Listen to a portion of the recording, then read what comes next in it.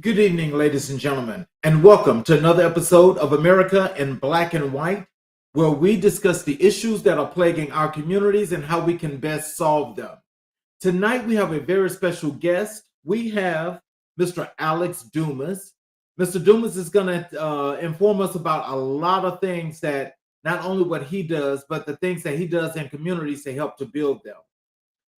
Alex he transforms your leadership and communication skills by learning to inspire others, navigate complex conversations, and cultivate a culture of collaborative, creative, renowned for his expertise in leadership, communication, and mindset. Alex Dumas has empowered hundreds of corporate executives and business owners to become win win communicators since 2018. Whether you're seeking a keynote speaker, executive coach, or expert voice for your podcast or publication, Alex delivers transformational content that resonates with leaders at all levels. Your audience will walk away with actionable strategies to communicate effectively, lead purposefully, and achieve personal and organizational success. Alex's impact extends beyond the boardroom as the architect of a global movement that has raised over six figures for several charitable causes. His commitment to fostering inclusive leadership is evident in his roles as vice president of the BIPOC Coach Collective and head coach for Black executive men, where he continues to build and nurture diverse global communities. Ladies and gentlemen, I would like to introduce Mr. Alex Dumas. Welcome to Yeah, man, Charles, thank you. Appreciate the warm welcome and love the introduction. I might have to take you on the road with me. are there any other things you'd like to add to your bio? The only things I can think about adding are the two most important things about me. I'm a loving husband, devoted father, and a dog dad. But most people don't need to know about that. They'll know from my social media. But I think you covered most of the real goodies. Well, I'll tell you, just reading your bio, there are four things that I really want to explore, and I'll take them in order. So I'll just tell you that I want to explore the entrepreneurship, the leadership, the communications, and the mindset. Okay. And I like to start off with the entrepreneurship. And I want you to tell us what inspired you to become an entrepreneur. Well, what inspired me back in 2014 to step into this world of entrepreneurship was fear because me and my wife had discovered we were expecting our second child. Our daughter was 4 at the time, and we were going to find out we are going to have a baby boy. And at the time, I'm working as a case manager for disaster recovery. I'm from New York originally. I live in North Carolina now. So in New York, take you back 12, 13 years ago, we had Superstorm Sandy wreaked havoc across the tri-state on Long Island. Right, it just devastated the different areas. So I was a part of that movement of rebuilding New York and supporting homeowners. But that wasn't going to be quite enough, right, to have another mouth to feed. So I got involved with financial services. So I got recruited into a company. It got licensed in New York and got my life and health license. And I was building a team. I recruited at an agency of 150 licensed agents in my downline, if you want to call it. That's the verbiage used back then. And I I was excited about it because it was the first time I was really exposed to this world of personal transformation and growth. I would watch videos and read books from Les Brown and Eric Thomas, E.T., Ed Milet, Jim Rohn, Zig Ziglar, Bob Proctor, right? This is my first real exposure to this line of work, even though my background is in psychology through college. But you graduate college, you don't read any books after you get a diploma. And so 2014, 2015, I'm building up this team, and I'm helping families with financial literacy.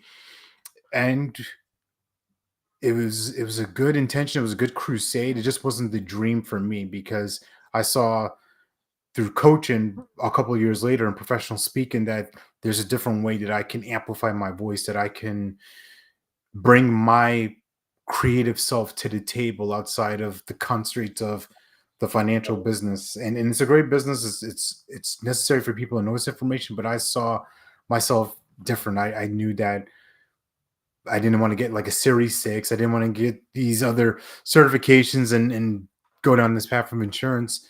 And once I found coaching and speaking, that's where the real lights turned on for me. And I knew that this was going to be the path for me as an entrepreneur and as a man. Oh wow, that's a lot, and I'll Yeah. say that those are all pretty good things as well because financial literacy is a big thing, especially in marginalized communities because there's just not a lot of that there. So at that time when you did that spurt of the insurance, if you're not still doing it, what did you find that was really purposeful that not only help you but help the people in your community? Yeah, it's a great question. To answer your question first, I'm not currently licensed. I've phased out of that business. But what was interesting for me was just the access to the information, right? Things that you don't think about, different tax codes, different things that people use to leverage to protect their money, right? It's the language of the rich or the wealthy. They have a different lens on life. They have different access. They have different resources that they can draft from. And what I saw from doing presentations, I would go into different communities, schools, neighborhoods, especially in Brooklyn and Queens and in Long Island. And I was, I don't want to say dumbfounded, but I was surprised that more people didn't get this information. They didn't know how to leverage or didn't understand things like compound interest, right? Just something simple as, so I'm going to dip into my insurance bag for a second, right? The rule of 72, right? It taking 72 years for something to double, and then recognizing with different interest rates and ways to, I don't want to say hide it, but put money in leverage spaces where they can actually earn a lot more interest. It doubles faster. And that was a visual cue for me of saying, well, I don't want my money, let's say I put it in a bank, or some folks might hide it in their mattress, they might hide it in the walls, right? Just old school thinking that that money doesn't really work for them, right? This is where I saw the opportunity to help people recognize that they got to put their money to work. They work hard for it. Now let the money work for them. And so many, I mean, so many people of color that I had conversations with, they were just like, they were impressed by it, they were amazed, but the real shift was like them not recognizing that maybe I can do this, or maybe this is something that's available for me. Who am I? I make 30,000, 40,000 a year. I can't save. I can't do that. So it was also working with them on their own mindset, their own disempowering beliefs about Mhm. money and their own opportunities available. So, can you share the story of your first business venture? Yeah, I mean, this was really the first time I had struck on my own, because my parents immigrated to the States from Haiti in the 70s, so their mindset was go to school, get a job, work until you die, have some kids along the way, get married, and that's the path, that's the plan. So I never had any dreams or intentions of ever being an entrepreneur. My wife, she was always into something, right? She would always be in direct sales. She would always have these different little ventures, and it just inspired me. I'm like, maybe I can do something like this. Maybe why not me, right? And that's all you need sometimes, just a little seed, right? To see somebody else do it and someone else achieve and accomplish. And I, I'm competitive too. I want to be in the race. I'm like, I want to get on the field. I want to have some fun and play. So that venture was doing well for a while, and I wrote about it in this book, in this chapter of this book called The Journey of Riches, The Power of Mhm. Self Discovery. My chapter is called Everybody Wins, including me. expanding global influence through communication. I wrote about my year in 2015. So taking you back, 2014, toward the end of the year, I get introduced to this business, and I'm starting to build, and I'm starting to recruit and help people with financial solutions. 2015, I had a whirlwind of a 90-day cycle of a lot of challenges. So in April, my son is born. 3 days after that, my mom passes. 3 months later, I'm laid off from that job I just mentioned with disaster recovery.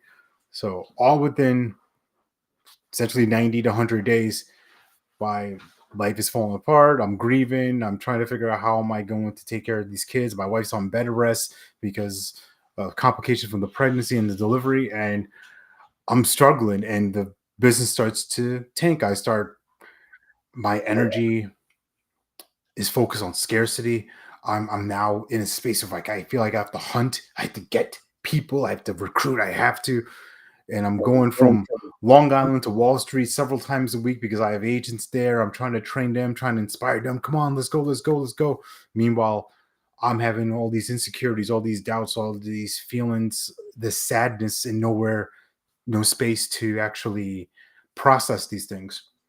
So that business eventually really fades out in 2016, and I make the decision. I want to make a decision that I'm going to return to the workforce. Right, I went full force as an entrepreneur after being laid off. That was in the summer of 2015, and then by the next summer, I'm back in a job, and I'm thinking to myself, I'm defeated. You know what I mean, Charles? I've let my family down. I'm a failure. But here's the thing about setbacks, and this is going to sound cliche, but this is the truth, at least for me. That's what I've experienced. The setback was the setup for the comeback because through the new job that I landed, that introduced me to this life's work of coaching and professional speaking. So it was all meant to happen for the way it was meant to be. I believe in God. You can call it universe, source, spirit, infinite intelligence, whatever you want. But he was working in the background, the plan for me. I just didn't know it at the time. I had the right vision of helping people. I just had the wrong channel to do that. So I thought finances was going to be the way, but coaching and professional speaking has been the path for me all these years. Oh wow! So that's really an impelling story because I love the way you actually were able to bounce back and you was just resilient with regardless of the case. But can you Yeah. tell us, like when that situation was upon and it was doing what it was doing, what is it that you decided that you would put your hat on and you would just roll with it? What happened then? With the fight with coaching. Yeah, well, yeah, with the Hmm. coaching. Yeah, I and once again I'm going to refer back to the book, right? Journey of Riches, The Power of Self Discovery. I wrote about it where this is toward the end of 2016, and this is I had been to a couple conferences before, but for some reason my listening was different for this one. I was attending this event in Atlanta. This is November of that year. I see the speaker. They make a great offer from the stage. Their people are buying their program. They're enrolling for this year-long program course. And I think to myself, wow, that's really great. That's interesting. Good for them. Life goes on. I do my thing. Fast forward a month later, I see the same speaker back at another event that I'm sponsoring on behalf of my company. And I see them make the same offer. They didn't have 3 days this time, Charles. They had 60 minutes because they're there as a guest speaker. So 60 minutes instead of 3 days. I hear them make the same offer, the same pitch, the same everything. And I see the same reaction from people. They go to the back of the room, credit cards in hand, order forms. Oh my God, right? It's this frenzy. And that's where the light turned on for me. I said, oh, I got to learn how to do that. There's a system to this. This is something that's duplicatable. This wasn't a fluke. This wasn't just a one off. This is something that this person is a professional at doing. And something stirred inside of me like, I've got to learn how to do that. I want to learn how to move people like that, whether it's for money or whatever. I just want to learn how to move and mobilize people to make powerful decisions. And that's been the, lack of a better word, the obsession for me all these years since. And so tell us this. What are the biggest challenges you faced as an entrepreneur, and how did you overcome them? Gosh. Oh, how much time do we have? Because we can have, that could be a whole separate book. My goodness. No, Les Brown said this really well. The biggest challenge that he had, and that I reckon that I mirror for myself, is that believing that I could do the things that I do. Right?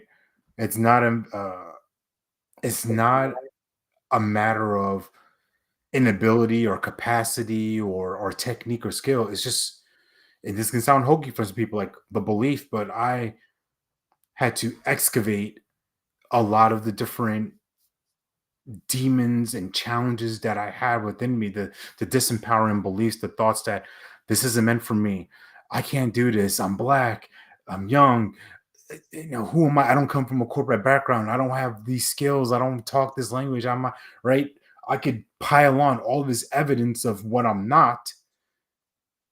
But what if I reframe that? What if I start looking at, well, what can I do? What have I done? The difference I make with people, the inspiration that anytime someone's around me, they walk away feeling better. So belief was a big challenge. Money is a big challenge as you want to invest yourself, as you up level yourself, keeping the funds going, keeping that machine fed, and not feeding into the comparison game. I think that's one of the other things that held me back for a long time. Was, if I were to see you, Charles, like we're gonna go back to 2016, 2017. If I saw you and you were to say something like, "Man, I just closed $100,000 deal," right? Something in that order. I would descend. I would be in this depressed state of like, "Oh my goodness, I wish I could do that. Why not me?" Right? It, there's no strength from that. There's no energy that's created from that. It's all reactive. It's all response to me now piling on myself. Well, I'm not good enough. I'm not smart enough. What you do has nothing to do with me, but I am transferring. I'm taking your victory and creating a loss for myself. So a lot of it is about the mindset, the resilience, the focus. And honestly, the biggest challenge to really sum this up is what I call the TEA, the T, right? I'm spelling the T now for you folks. So grab your pens and papers. Time, energy, and attention. Time, energy, and attention. Where's my focus? Am I focused on hitting a certain income number? Oh, what's my goal? Oh, I don't know. Well, how am I going to get to something if I have no target, if I don't even have a vision of where I'm going? My energy. Am I sleeping right? Am I eating well? Am I exercising? Am I drinking enough water? Am I nurturing myself spiritually? Am I nurturing myself with the with books and podcasts and audios and things like that? Not to flush, not to be toxic positive, like everything's fine, nothing, head in the sand feeling. But no, but just something that empowers me and inspires me. Am I doing that? Where's my energy at? And then the attention. Am I focused on this goal? Am I going into work and saying I'm going to do the work? I'll tell you this: when I was in the financial business, I would show up to the office 9:30 in the morning, set my briefcase down, set my computer up, have my list of people I'm going to call, but I wouldn't call till like 12, 1 o'clock. Sometimes not at all. What am I doing? Well, I need to get this ready, and I need to get this paperwork ready, and I need to get this presentation ready. Well, if I don't have anybody to present to, then what good is a presentation? Right? So it's looking at these honest conversations with myself of, where's my attention going? What am I getting distracted by? Am I interested in scrolling on Facebook and LinkedIn, like, ooh, what's going on here? What's going on in this person's world? What about my world? I'm oblivious to this, right? And it took a long time to recognize, where am I spending my time? How am I spending my energy? And how am I spending my attention? And once those things started to shift, I started to see results, because when you focus on growth, where your attention flows, it grows. If I'm focused on enrolling a person into a program, if I'm focused on landing a new speaking engagement, if I'm focused on these things, it's amazing what happens when you set a powerful intention and you commit with action. The world starts to bend to your will. Opportunities that were always there start coming.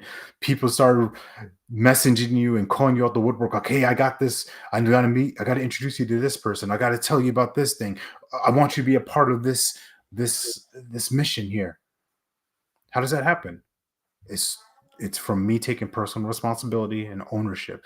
So to put this in a nice little bow, my challenge before was I wasn't being an owner. I was being a victim. I was letting the world dictate to me what it wanted instead of me being creative, me tapping into my creative God given force of I can make whatever I want happen. I just now have to be committed to it. Wow. How do you identify and seize new business opportunities? How do I see new business opportunities? You said? No. How do you identify and Oh, seize sees. new business opportunities? Hmm. Honestly, it's everywhere, and it's a matter of me slowing down within myself and getting present to it. And these things will happen. Case in point, the other day, yeah, last week, for example, I'm on LinkedIn. I'm just checking out some messages, and I see somebody that I know who's shares a post about I'm going to be speaking at this event in the next couple weeks. I think to myself, "Wow, congratulations!" And then I have the thought, I wonder if this place has more speakers. I wonder if they're available for more speakers. I reach out to that individual, ask them, "Hey, do you know who I can contact?" And it takes them a while, but in the meantime, of that while of responding back, it took them like a day or two later. But within that day, I'm a person who believes on being active, on getting on the field. So I start to research. What's this organization? Let me see if I can find it. I don't find anything at first, but then um, I'm like a detective, man. If I get the scent of something, I'm gonna go after it. And Yeah. I get in touch with the person, call them up, like literally smile, like I dial and just like, hey, this is who I am. Do you have more speakers? Oh no, you don't. Well, I'd love for you to keep me in mind for more opportunities in the next year. And they tell me, hey, we have these two things coming up. Send me some information. So that's a potential opportunity that's going to happen in 2025. All from me looking for opportunities, seeing an opportunity, and like you said it, seizing it, not waiting for someone to give me a handout to introduce me and those are great. I love referrals. I love introductions. But why would I not be active? Why not? Why would I not be a change agent in my own life if I know I can find them? If I know this information available, I know if I can contact them some way, then I'm going to do that.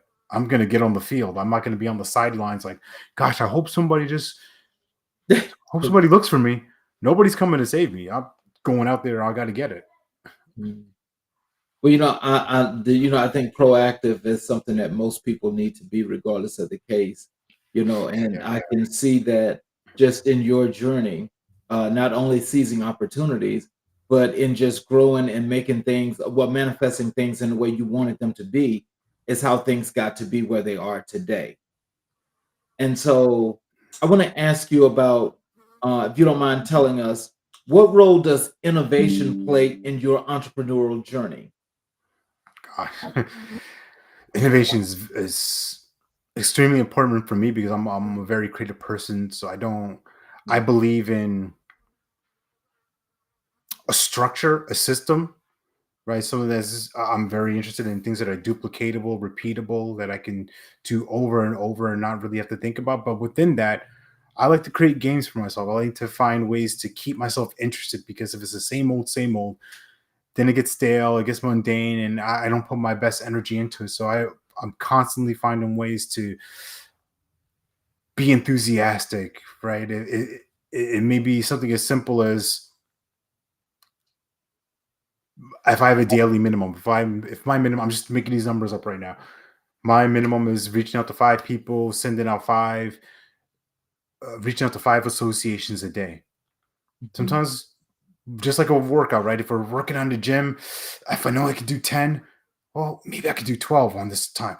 Oh, it's a little tough, it's a little more resistance, but boom, after that 12, like, ooh, okay, I think I'm ready to bump this up another weight. So it's checking in with yourself, checking in with your metrics, checking in with your own internal compass, your energy of am I I don't want to say am I doing enough, but am I doing if is this too easy? Right. And not that I want to make my life difficult. I don't life is already difficult as it can be, but in the sense of business as a sport, I think of myself as a business athlete. Man, I want to get on the field. I want to compete. So what are other people doing? Not as a comparison, but like, okay, they're doing that.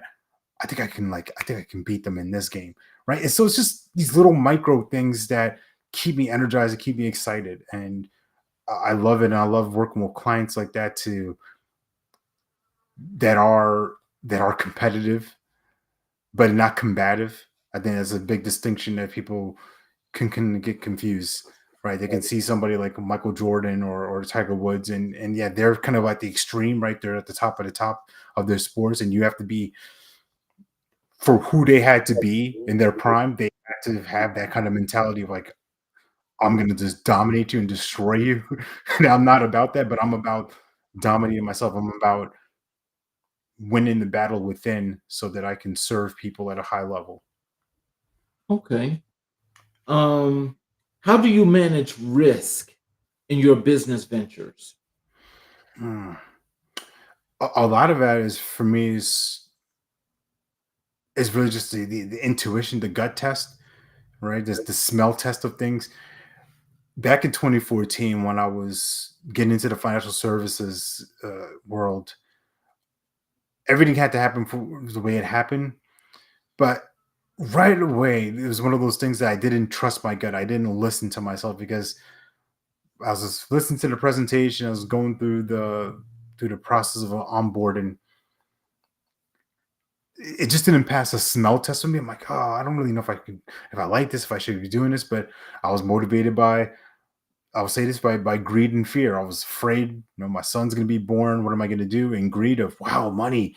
It's a lot of money in this business. I should get some of that. Right. So the risk for me was sacrificing ego, sacrificing days, sacrificing nights. Nowadays I don't really think of it as risk. I just think of it as being calculated, being thoughtful and intentional, and also making sure that if something's not aligned with me of or my mission, my vision, then I'm okay with letting it go. There's more than enough for everybody out there. There's enough abundance. This is what we've been blessed with. That's what God has promised us. I believe in that, and I know that if I'm fulfilling my purpose, I'm doing the things that I'm supposed to be doing, then I'm gonna get but what I'm meant to get. It's my birthright. Well, you know something. I think for a lot of young entrepreneurs, especially, like when wanting to be an entrepreneur, and we think about as you was just talking about risk. Like, what are some of the things you think they should know when we talk about risk? Some things that they should actually make sure that it's part of any plan that they make to account for the risk factors. Mm. Well, one right off the top of my head is people. Who are you in business with? Who are the folks that you are surrounding yourself with? Because that in itself can collapse an empire, and we've seen this time and time again through history. Right? It just takes one or two little cracks in the foundation to destroy The whole something that thing. can be very powerful. So the risk of the people you are in business with as far as partners, and then the clients that you serve, because not every client is a great client, right? Not all money is good money. And I've been gosh, I've had experiences where it's more trouble than it's worth. So you have to manage that risk of, am I in a position where I have to say yes to everything? And if you are, nothing wrong with that, but all right, what's gonna be the thing that's gonna separate me from having this feeling, or this internal way of being of like I have to do this thing. Like there's nothing you have to do. There's nothing that you should be doing. There's nothing that you could be doing or would be like. What is it that you want to do? And then who and what are available to help you. So managing the people of risk, managing your own risk of yourself, right? Are you somebody who's disastrous? Are you somebody who, if we gave you $1,000 right now, are you going to Vegas or Atlantic City? Are you are you just wiping that out? Are you are you going to be a faithful steward of this money? Because if you can't handle a little, then what are you going to do with a lot? Mhm.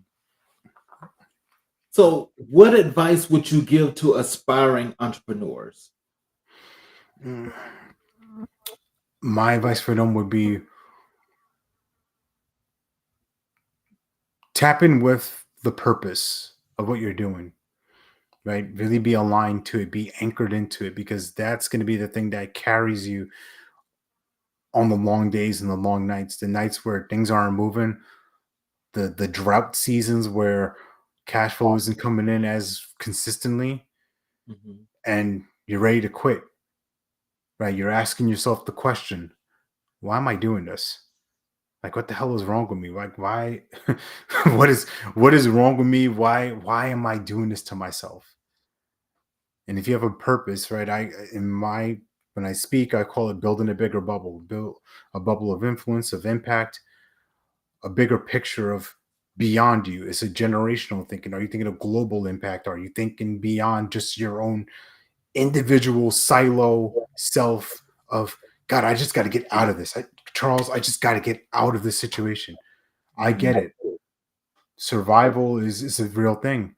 But for you, young entrepreneur, if you're watching, you're listening to this, what is the thing that is going to compel you, that's going to allow you to enroll people into your big vision? Because that's at the end of the game what is required. Because I believe that you can do anything, but you don't have to do everything. So who's available to you?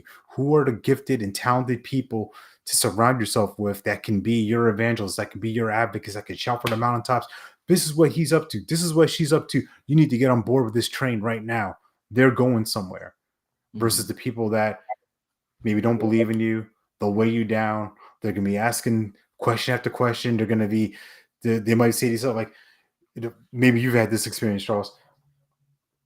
Man, why are you doing a podcast? Man, that's like, you know what I mean? Like, I don't get it. Like, why are you doing this thing? What, like, this thing? This Mhm. thing is my life's work. This thing is the thing Mhm. that feeds my family. This thing is my assignment from above.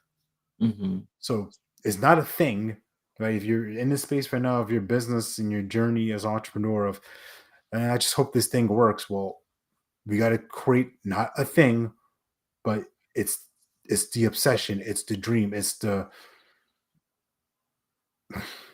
thing that you can't live without. Mhm. Yeah. Yeah, I think that's some really good advice. So, because I think, as we're like older people such as myself that've got life and world experience, the thing that's important is that the things that we know, we should be handing those back right now Mm, because to make sure that the foundation is stable for this up and coming generation right now. I mean, like, you're a part of that, but you're like a cross in between. It still matters because to get it to you, to get it to the next person, is what the value is. And I definitely appreciate how you just framed that answer because those are some things that I think a lot of young entrepreneurs should think about the whole entire situation before going into entrepreneurship because it's why a lot of them can make mistakes and they make mistakes that are way too crucial than what needs to be. So, everybody makes mistakes, but like now, everything is going really, really fast. And yeah. so as it's going really, really, really fast, like maybe somebody like myself that really likes to take my time and make the foundation what it should be. That's not the way it operates today, you know. And so I really love the way you answered that question because there's a lot of value in that answer. No, appreciate that. Thank you. Can you tell us how do you stay motivated during tough times in your business? Whew, gosh, I I like just to be honest with myself, and I remind myself often that this is what I signed up for. I knew that this was not going to be easy. I knew this is going to be a dogfight to get to my dreams, and nobody's going to hand me anything. The Mhm, way that I stay motivated is having conversations like these, connecting with people in my network and people that just continue to inspire me. Right, my wife, my kids are a huge inspiration. Different mentors that I have, people that I'm peers with, communities that I run. I and this is going back to this bubble analogy or phrase, right? Building this bigger bubble. I know that there are people counting on me to do what I do. So in the moments where I may be feeling low, feeling like, man, I'm not doing enough, sometimes that's fine to just give myself a pause, give myself a timeout. Because if I'm not doing my best work and if I'm not enthusiastic, if I'm not excited about it, if I'm not driven and obsessed with it, then it's probably that's my compass, right? This is my indicator that this is probably something that I'm not really meant to be doing, or at least at this time, I can table that. And I'm okay with that. And I think for entrepreneurs, young entrepreneurs, this is something that you get to give yourself. You get to give yourself the gift of rest and grace mhm, because I'll tell you, then I'm going to rewind back now, right? 2014, 2015. I was on, I live in Long Island. So anybody who knows Long Island, you go on the Long Island Railroad to get to the city. And I was mhm, working at a Wall Street for a lot of times. So there's a lot of time I'm on the train, spending time by myself or listening to music or audios and thinking to myself, what am I doing? Why am I doing this? mhm, What is wrong with me? Right? Just having these questions and recognizing that the passion's there, but sometimes the dream might be there, but you might be in the wrong bucket. And it's not to say give up on what you're doing, but really taking about have an honest and real conversation with yourself. Can I do this for the next 10 years? Can I do this for 20 years? Right. I was doing 70-hour weeks, 80-hour weeks. Oh, I was wow. grinding 5 a.m. workouts, 5 a.m. mayhem, like 1 a.m. in the morning. Right. I was just 4 hours of sleep, 5 hours of sleep. It's not sustainable. Man, you What I was learned using is, them 24 hours. yeah, I was trying to work 28 hours in a day, 400 days in a year. I was trying to do it all. And going back to my phrase, man, it's just like I could do anything, but I can't do everything. Right. So where am I going to give myself a grace of rest? Where am I going to give myself the the opportunity to just slow down and reflect? And when I work with corporate leaders, when I work with entrepreneurs, CEOs, this is a thing that it it's a fun challenge because a lot of them like they're like thoroughbreds, man. They want to just go, they want to take off. And sometimes it's gonna be like, whoa, whoa, whoa, whoa. I'm not asking you to stop and be lazy and watch Netflix and have bowls of cereal around you and be a slob. But when's the last time you stepped outside during the daytime? Have you Mhm, have you stepped outside and taken a walk? Have you seen the sun? Are you at your computer all day, every day? Right. So these little hacks and tips and tricks is just beautiful reminders of, hey, we're here for a short period of time. Let's make this fun, but this doesn't have to be life or death. This doesn't have to be all or nothing. This can actually be something you enjoy, you're profitable at, it's impactful, and you get to do it your way. mhm. So hopefully that answers your question. I know I went on for a bit, but that's where I'm coming from with that. Oh yeah. No, that's wonderful. You did answer the question. I appreciate that. The elaboration is always good, so don't you have to worry about that. um, can you discuss the importance of networking in entrepreneurship? Oh, oh, oh man, where do we start? Man, I'm gonna start off with the classic cliche, and it's what it is. Your net worth is your network, right? Or network is your net worth. When you're surrounded by with good people, I'm talking about like good people who want to see you win. Mhm, It's it's a game changer from the people who are potentially complaining, who are divisive, who are not as ambitious as you are. And I've been in both circles, and I've been both people. I've been the guy that's like, I'm just gonna use you as an example, right? You're gonna be my guinea pig for today. Like, man, that guy Charles, he's doing this podcast, and man, who do you think he is, right? Right, right, because people love misery, right? It's the water cooler effect. Like, man, she's over there doing that, and she's trying to be somebody. Right? You're grumbling, you're lowering your vibration, lowering your energy. The importance for me with networking is what I've learned now over time is that not everybody is my client, and that's God, that's such a relief that I don't have to work with everybody. But here's the thing: everybody knows somebody who could be my client. Everybody knows somebody who I could speak for, or I could do a presentation with. So my mentality is always lead them with service. Like, how can I help this person? How can I make a difference for this person? Because the more I help, the more I receive, and I don't do it to get. Right. This is the shift for you as a young entrepreneur. I hope you can hear this. And you might have to put one finger in your ear so it doesn't go out, go in one and go out the other. When you lead with service, there's nothing you need to expect from somebody else, because then that it gets dirty, it gets transactional. It's prostitution, right? I did this for you, Charles. I did this for you, right? So now, it's time for me to collect. Like, give me, give me, give me. No, no, no. I'm gonna give. I'm gonna serve. I'm gonna contribute.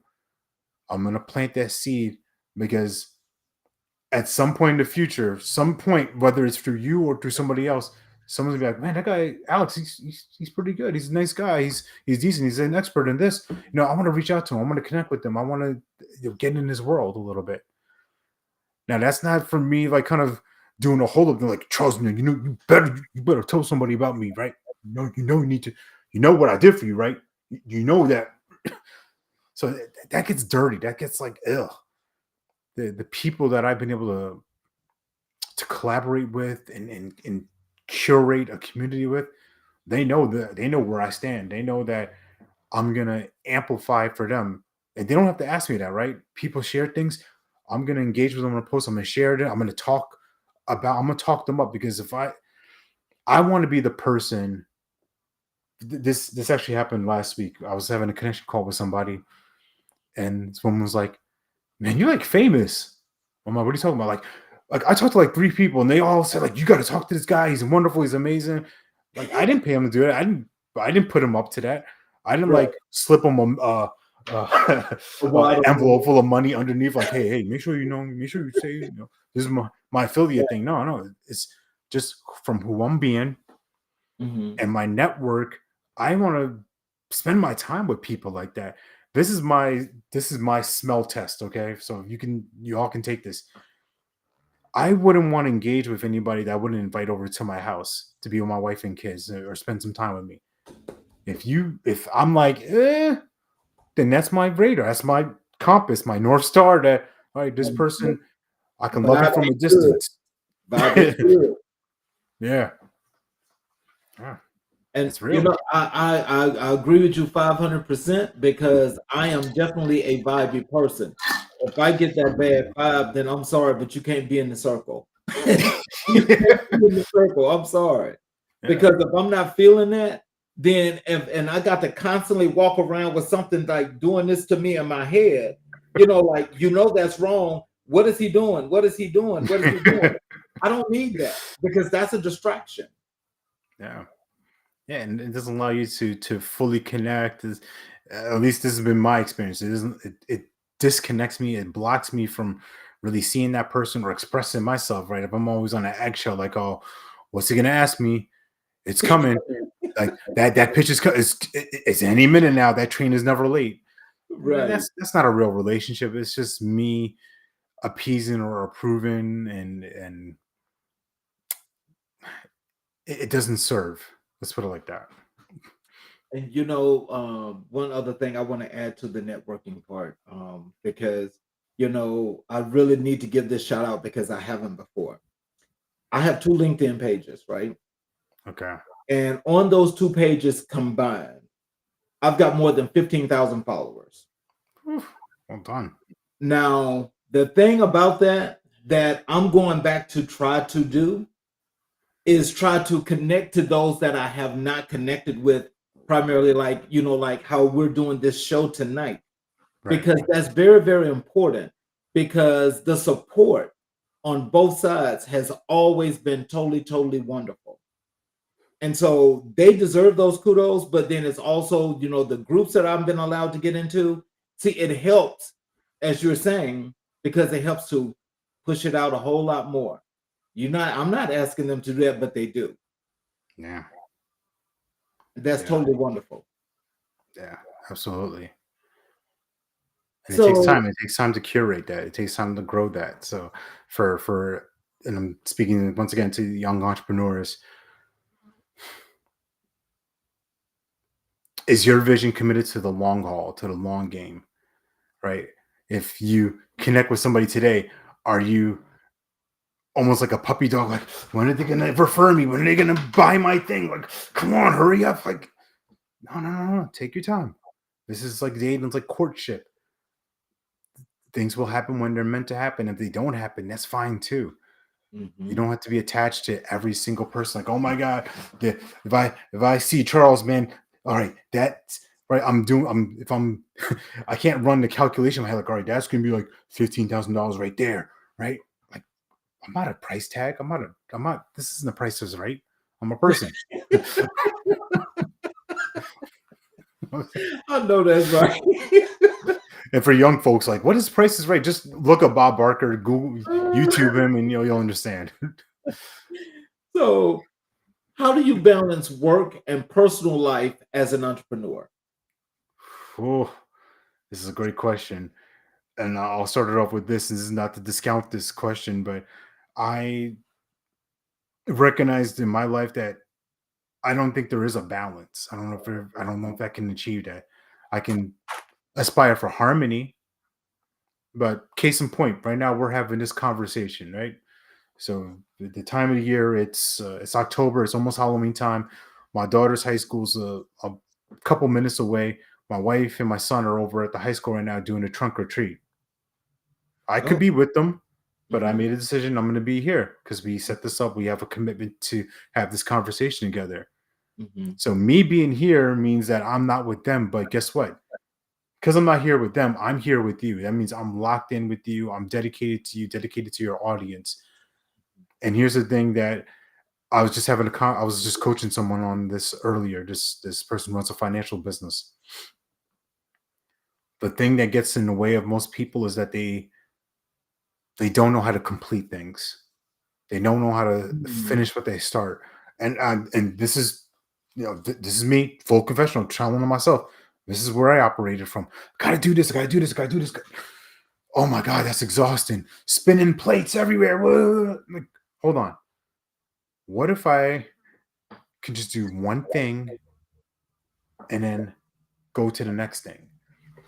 Me and a friend of mine, a fellow coach, we played this game a couple years ago. We called it OCD. Oh, And wow. the OCD game was this. This is what it stood for. It stood for optimal completion devotion. Mm, Meaning I'm not at my best, I'm at my optimal, at my peak. I can be that if I'm devoted to completing things, if I'm devoted to starting and finishing. So that's all we did for 90 days. We just said, we're going to start something and we're going to finish it. Whatever it is, it could be the smallest thing, it could be a large task, but we're going to start, we're going to finish. And that's where I started to see the shift of, wow, I have a lot more time in my day. I have a lot more opportunity. I have a lot more presence with my wife and my kids because I'm not sitting on the couch with them watching TV, ha ha ha. But in the back of my mind, I'm like, man, I still got to send that email. I still got to call this person back. Man, I need to work on this presentation. Right? Hey, Dad, what's going on? What? Huh? Or one of these things would be happening. Do do do do do. Dad, do, do, I don't know. I gotta finish what I start, right. and give myself these pockets of time allows me to be present with the people I do, and it helps me do my best work because I know that, all right, if I said if I'm going to work on this for an hour, I better get after it. There's no time for me to be like, well, do do do, and maybe I'll check Facebook. Like, no, Facebook's got nothing to do with this. Unless I'm looking for opportunities or connecting with people or offering or doing things, then I don't need to be doing that. And it's easier said than done. It's practice. It's practice. Practice being your word. Practice being a person who's committed. It's worth a shot. Try it. So we came out the gate running really, really hard. So I want to like give your mind a little. I'm going to give you a little clearance here because I want to play a word association game with you. Okay. Each word I ask you, I need to get the first thing that comes to your mind. Okay. You ready? I'm ready. Resilient, Overcoming. Yeah. family, Happiness. provider, Creator. creative, God. professional, God. Professional. Committed. inspire,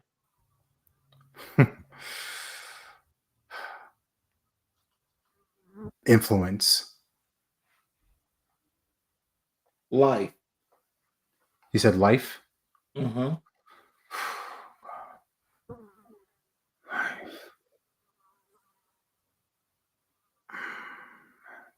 See, now I have like 10 words in my head. All right. I'm going to slow down. Life. Good. Life is good. Skill,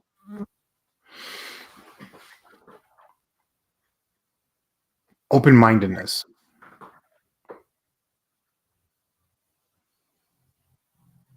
finance, Options. critic,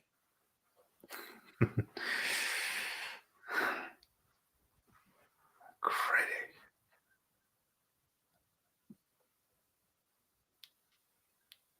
Disempowering. Yeah. okay. Well, of all those words, now you remember all 10 of those words.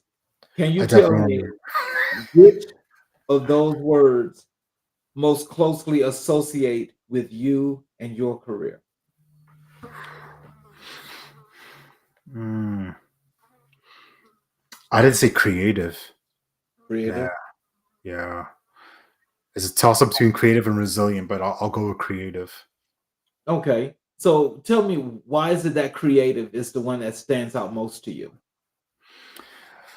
For me, I think it brings me the most joy recognizing that I can do anything, that I can build this business, I can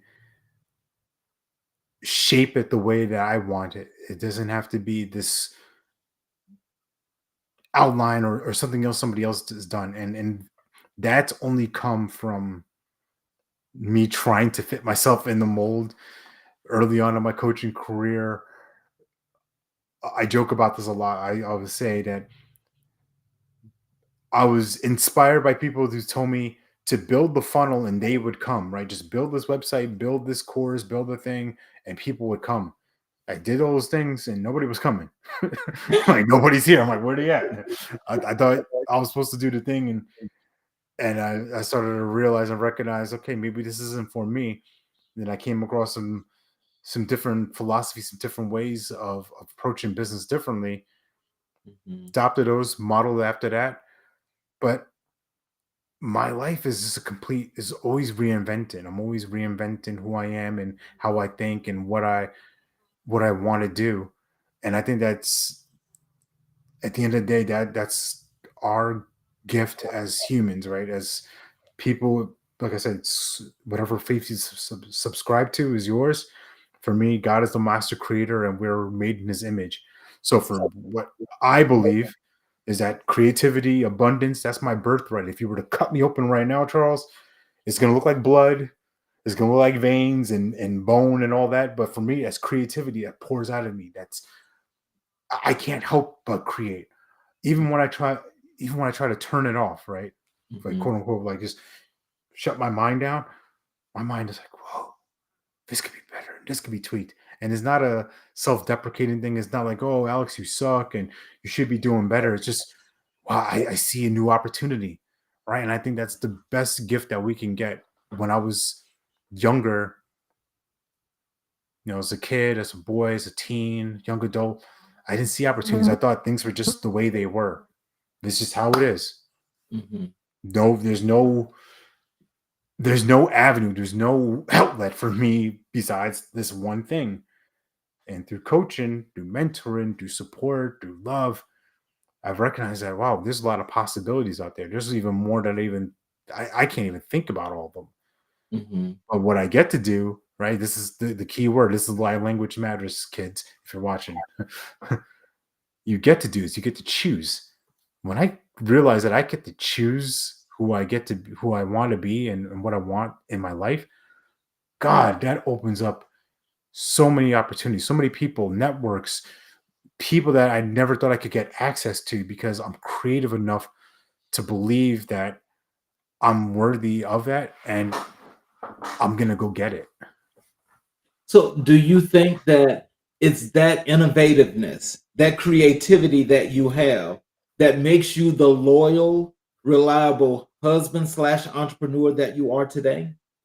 Yeah, 100%. Because back to this world, the word of reinvention, right? Me and my wife, at the time of recording this, we've been together for 18 years. We've been married for 14 years. Yes, thank you.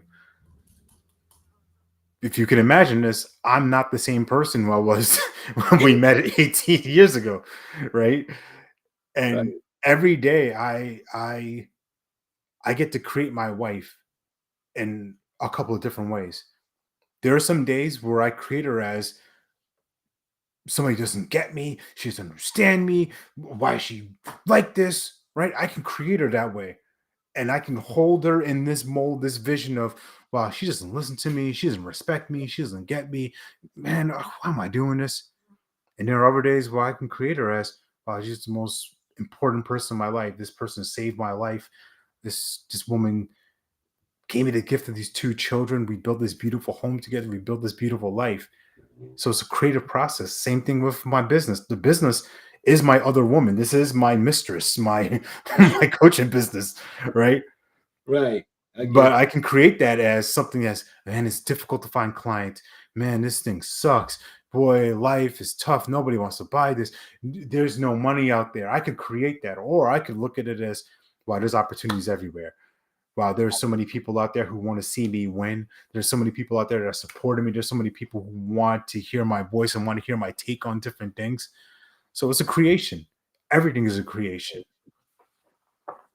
We're going to transition over here to this second part of this wonderful journey of yours. We're going to go into leadership. Yeah. So, tell us what qualities do you believe are essential for effective leadership? Whew. Oh gosh, I love this. Great question. So I boil it down to three things, and this is what I teach from the stage and work with people on. Is one, being a master connector. The best leaders that I've been around and the times that I've displayed great leadership have been when I've been the most connected to people, where I've acknowledged people. And not just a simple like, hey, add a boy, add a girl, like good job. But no. I want to connect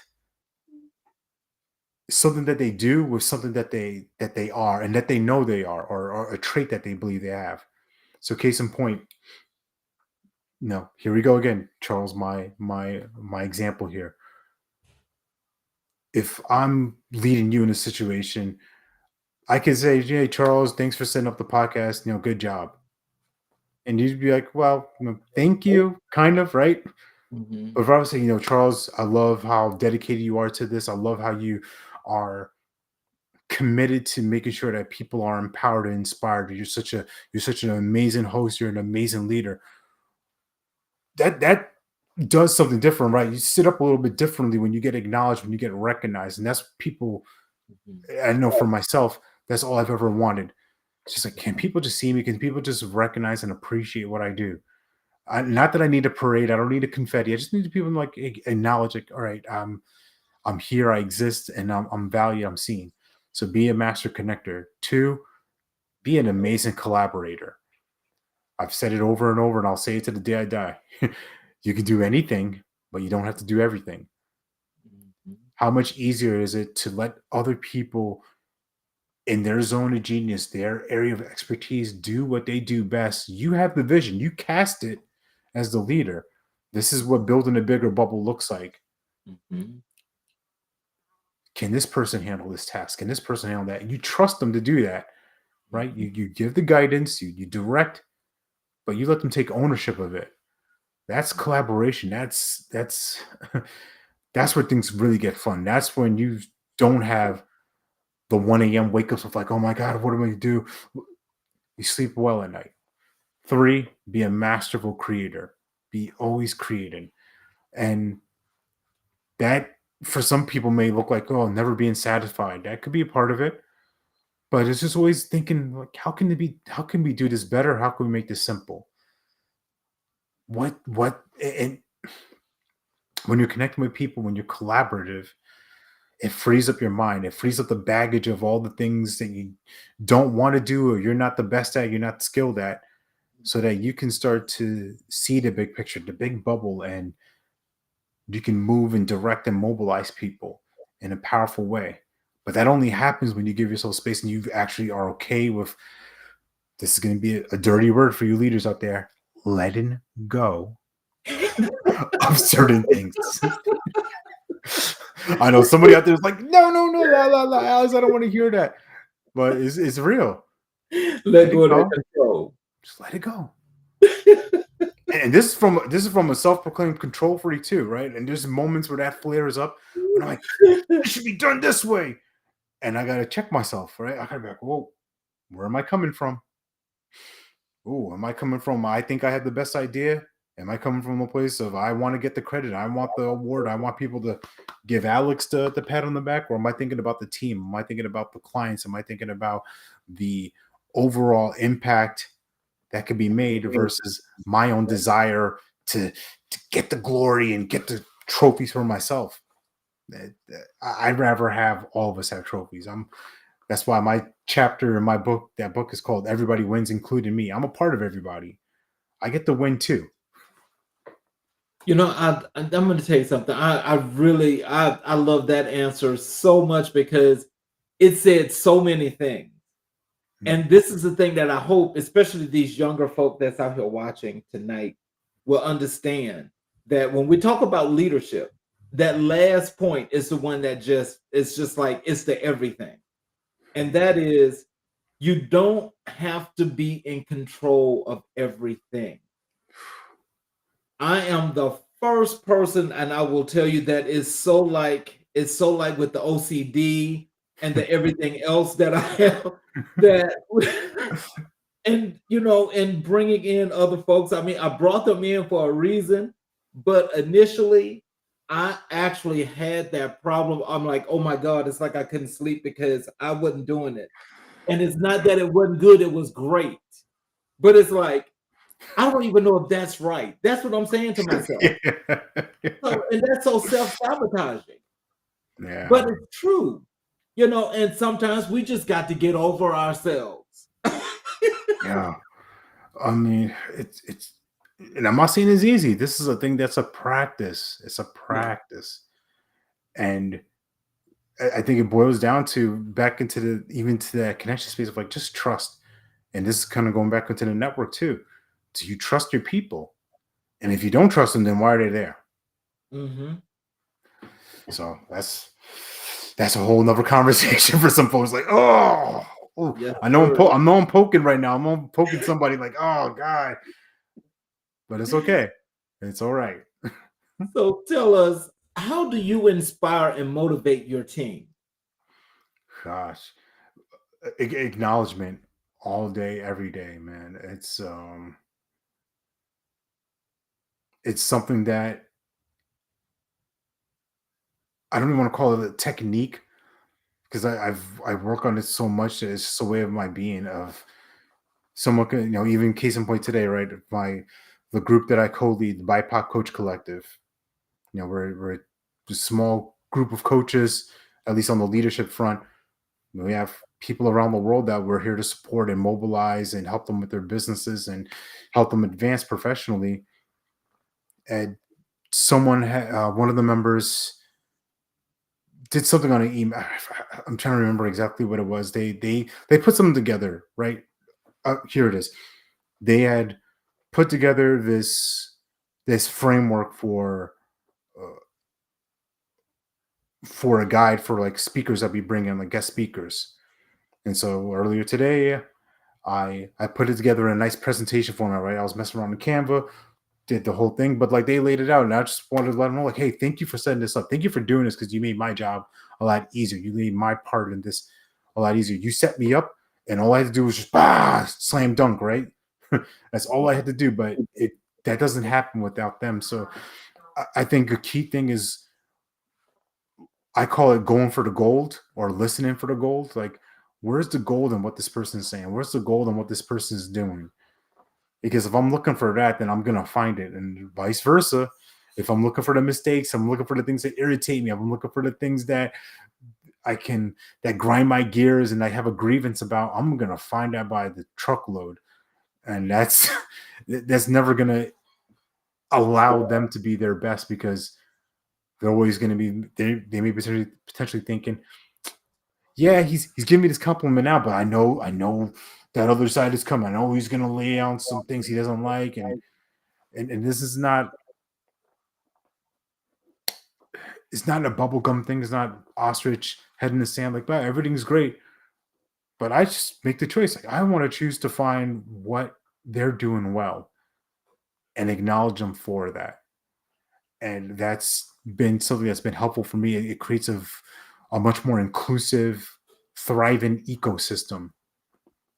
And I'm here to thrive. I'm not here to be around people that I don't like the work we do, and don't like the results we get. That's a complete loss and complete waste of time. I want to win and I want them to win too. And honestly, we're here together. Let's all win. Like, why wouldn't we? Why wouldn't we want to aspire for that? Why would I want to speak? Here we go, biblical man. We can speak life or speak death into people. I'm here to speak life. I'm here to spread love. Why would I not do that? Right, right. No need to be negative and kill folk, right?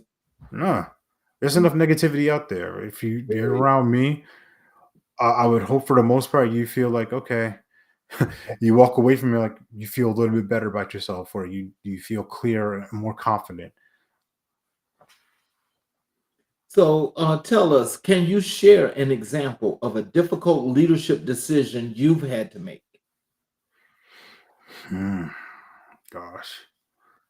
Well, case in point, this is with the team, right? The BIPOC Coach Collective. So this week, this Friday, the 25th, we're hosting an open house, and we're actually collaborating with another group who hosts this.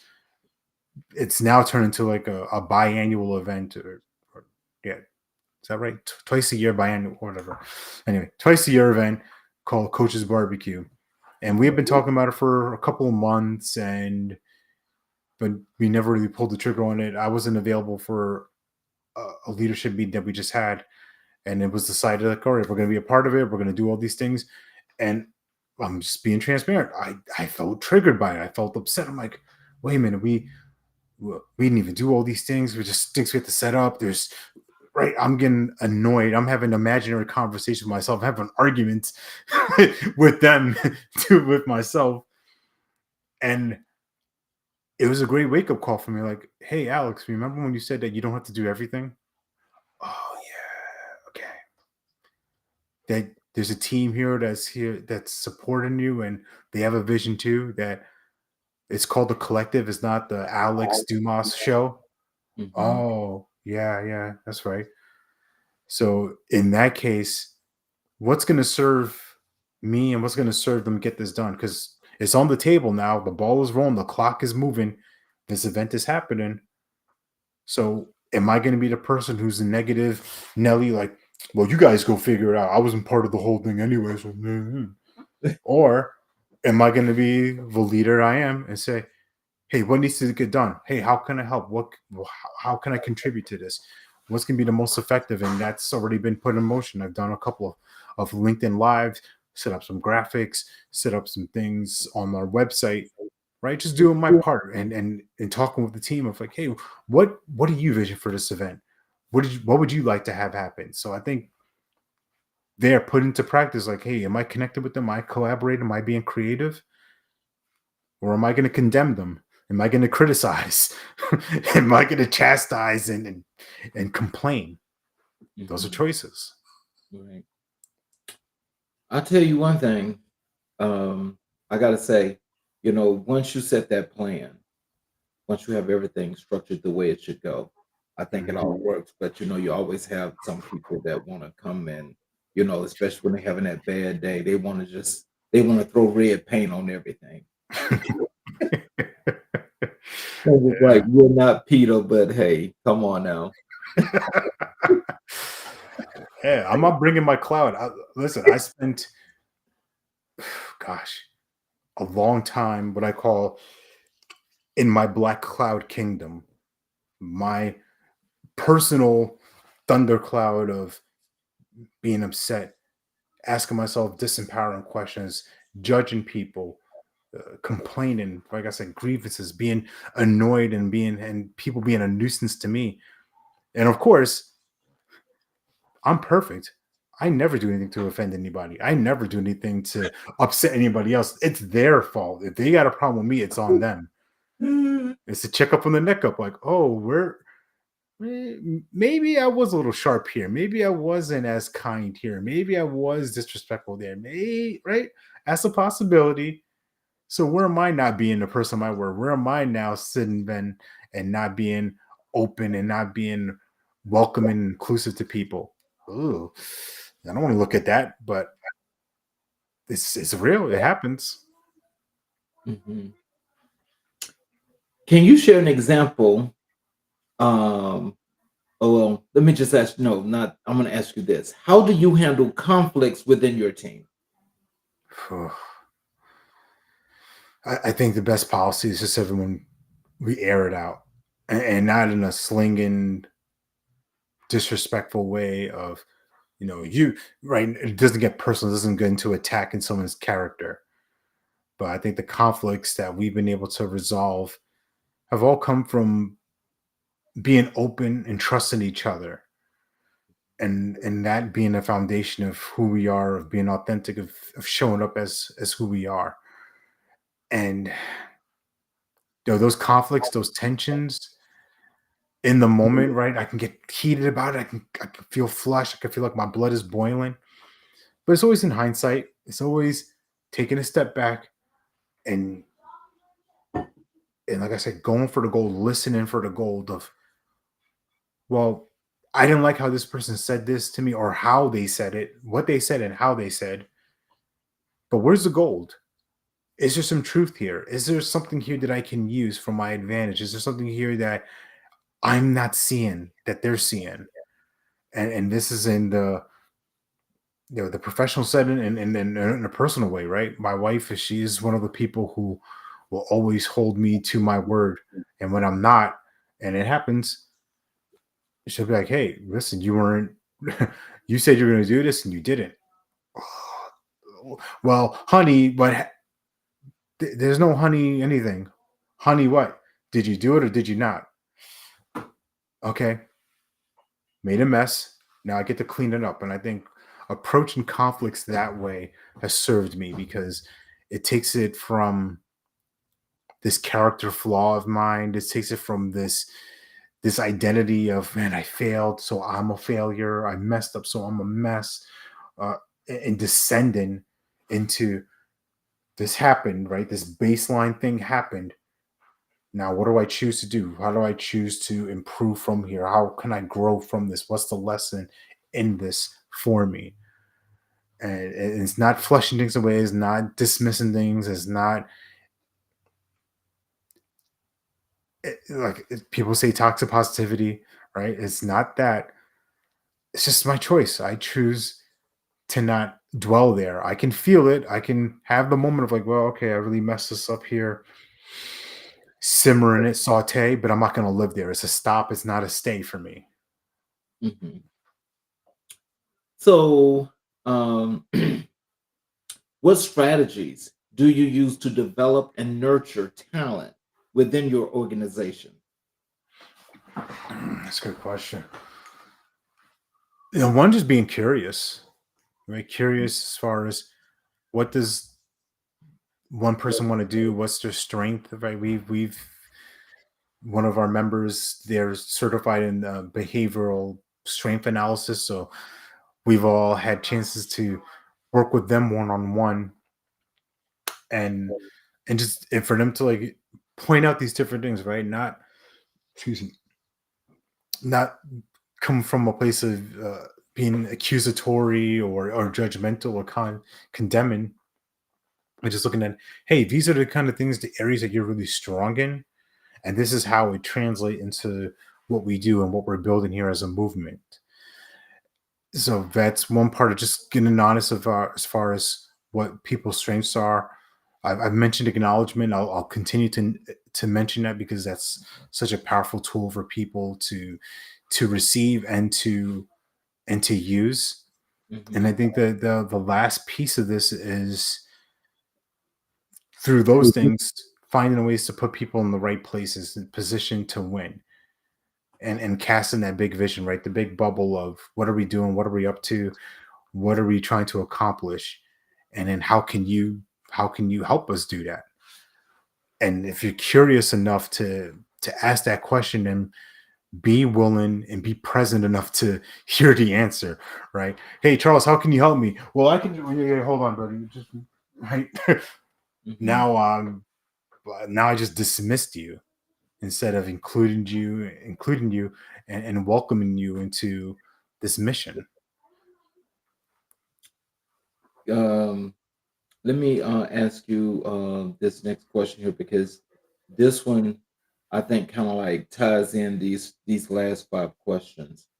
Um, how do you maintain a positive company culture?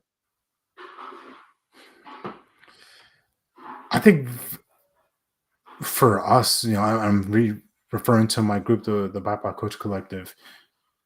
I think we've been just rooted in friendship, Hmm. and then the way that our group started is, we've been around since 2020, since the end of 2020. So it started with just us networking with each other and other coaches and just building this relationship. And I think for any leader, this comes back to the connection piece. How much time are you spending with your people?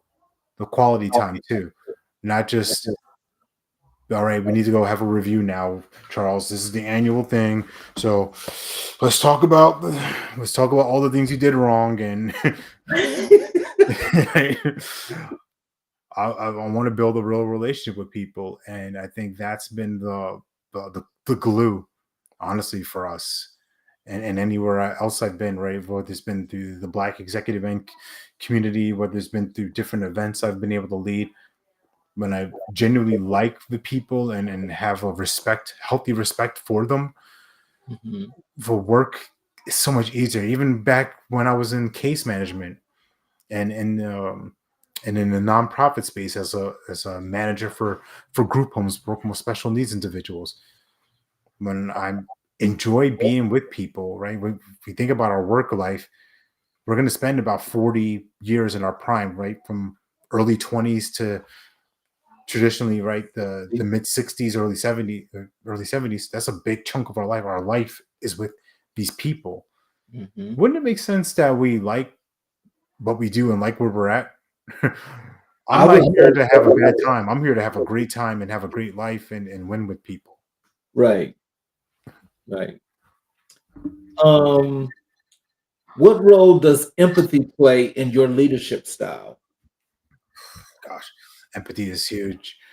Empathy is, it's the backbone of everything. I got to be able to understand my folks. I got to understand where they're coming from, and also for me too, I have to be able to communicate when I have when I want to challenge a thought, when I want to challenge a protocol that we're coming up with, but Oh, also being flexible. I think that's, empathy and flexibility are in the same realm, because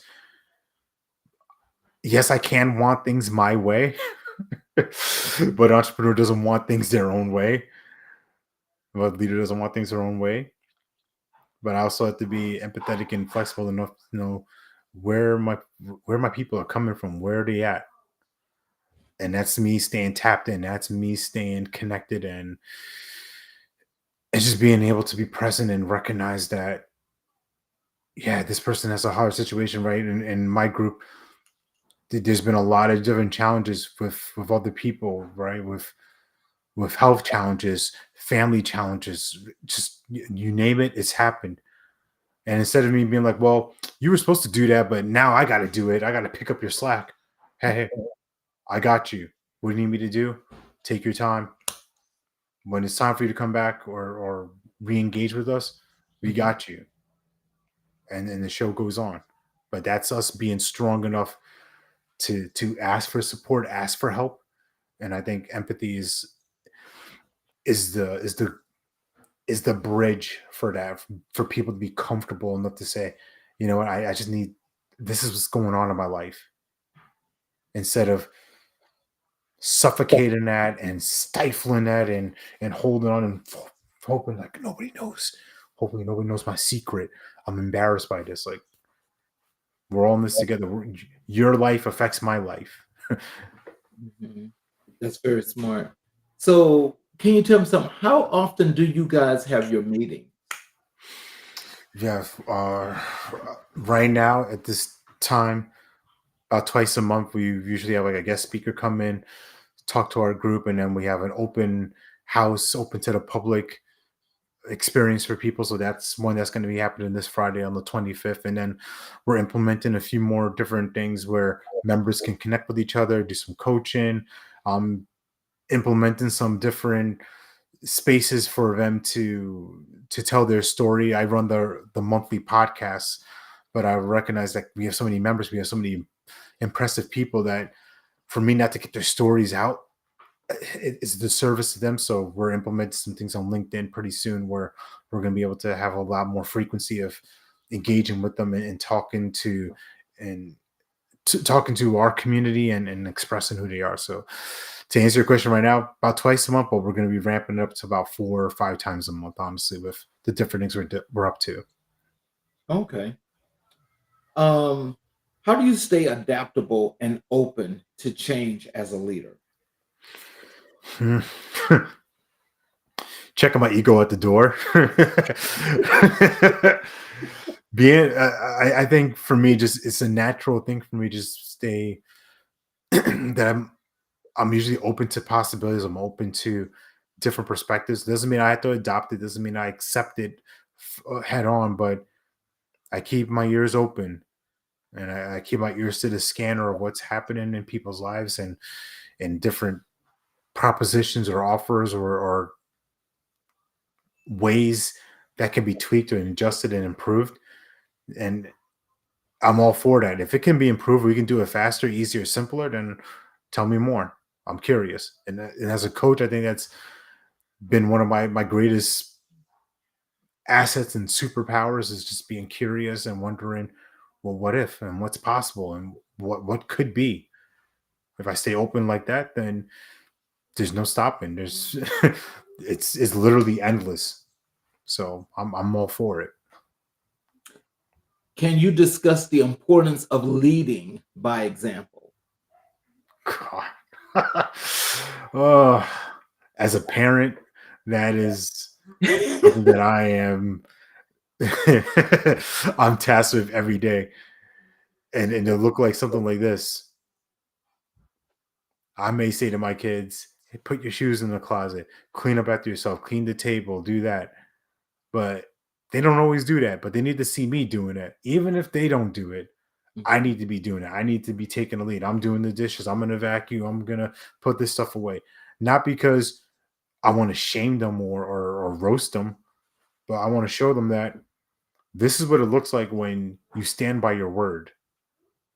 I want my word. A men, I'll put it like this: a mentor of mine. He said that people's words and intentions, they're like currency. Do you want your currency to be of gold, right? Do you want it to be solid and a tangible thing, or do you want it to be like inflation, right? Where it's just whatever you say, willy nilly, freely, doesn't have any value behind it, doesn't have a stance behind it. Then people can't trust what I say. People can't believe who I am if I'm not doing what I say I'm going to do.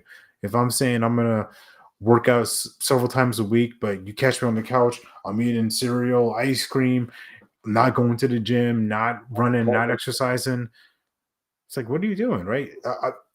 I don't. I want to work out with a overweight personal trainer. This is not to body shame or weight shame anybody, but I want my personal trainer to be fit. If I'm working with a coach, I want that coach to get results. If I'm working with a musician, I want that person to know what they're doing to That's a degree. leading by example. Lead by example, for sure. That's everything. Leadership is everything. So, how do you measure success as a leader? Hmm. I think part of it's from the gut test. Do I feel good about what we've done? Do I feel good about what we've accomplished? The purpose, the intention of it. Did we do what we set out to do? Earlier this year with the collective, we had our first in-person gathering in Washington, D.C. It was our 1 year anniversary of our group becoming a membership space, right? I said we existed since 2020, but 2023, we made the decision to convert that into a membership space, and we actually had our first in-person gathering. And the success for me was just the smiles on people's faces, right? Of stepping back, just watching the room. There's so many times that night where I just stood in awe. Like, wow, this is what it looks like when people are committed and devoted to creating something and we pull it off. And with ease too, right? I mean, yeah, there's gonna be some challenges, gonna be some hiccups. That's a part of the deal. But for the most part, it's relatively easy. It's with flow. It's with excitement, with enthusiasm. And if I can look at a project and say, did I do good work? Right? I think of God. On the seventh day he rested. Wow, it is good. Didn't say is perfect. He Right. didn't say, wow, this is magnificent. No, this is good. It's good work. Mhm. That's how I measure it. Great. I will tell you that the other two parts of this wonderful interview, I'm going to ask and hope that you will come back um, and conclude as a second part. I want to invite you back in February, which we'll talk offline about that if that's possible. Yeah, that's But possible for sure. just in the wrap up process, please, if you would, give our listeners a final word of wisdom, charm, whatever you want to call it. Some things that they should know, but also please let them know how they can actually connect and contact you if need to be. Yeah, for sure. Thank you. I appreciate that. And I would love to come back and contribute to your show. Once again, for anyone who wants to connect with me, you can go to speakeralexdumas.com, all one word, no dashes, speakeralexdumas.com. You can connect with me if you're somebody looking for a speaker for your group, for your organization, or just you want to get some free goodies. I have audios there. You can connect to my podcast, all that kind of stuff. And if you want to connect with me on social media, I'm on LinkedIn mainly, Alex Dumas. You'll find me. And the last word or last piece of advice I would say for somebody, especially in the leadership space, is just recognize that your voice matters and your story matters. And you get to create that everywhere you go. You get to tell people who you are and you get to show them who you are. So lead by example, be a person of your word, be committed, and stay connected with people. Build that bigger bubble. Include people and enroll people into your big vision because it's worth it. It might seem crazy right now. All right. It might seem like this is so far down the line, it's so out of touch. I'll never be able to reach it. I'm telling you, one piece at a time, one person at a time. You're one person away from your life exploding and changing. And that's not hokey talk. That's not rhetoric. This is what I've experienced. One person, right? Just one action, one decision can change your entire life. But you have to be ready for that. Be open. All right, ladies and gentlemen, I'd like to thank Mr. Alex for spending some time with us and actually giving out some really sound and great advice, especially for those that are up and coming into the entrepreneur space. I hope that you guys were taking notes and that you guys also will know that if you've got any other questions or concerns, so you'll know how to actually connect with him and you can make things better for yourself. I'd like to thank each and every last one of you, especially those that are watching on the YouTube channel. I would appreciate if you would please hit the subscriptions button as well as the notifications button so you can stay in touch with the show. You can follow us as each and every time we do a show. If you don't want to watch it when it first premieres, you're always able to go back and watch the shows. I appreciate your support and I love to have that continue as we go and we grow. Thank you again, Alex, for spending some time with us. And I want to tell you that I'm looking forward to reaching out to you so we can get that second date set up because, February, of course, is Black History Month. And Yes. that's a very important month for all of us. So, to all of you, please have a great evening and oh Lord, what did I do? Okay. Have a great evening. Yeah. And, and please come back and see us tomorrow evening for another great show. You all have a great evening and thank you all. I appreciate you.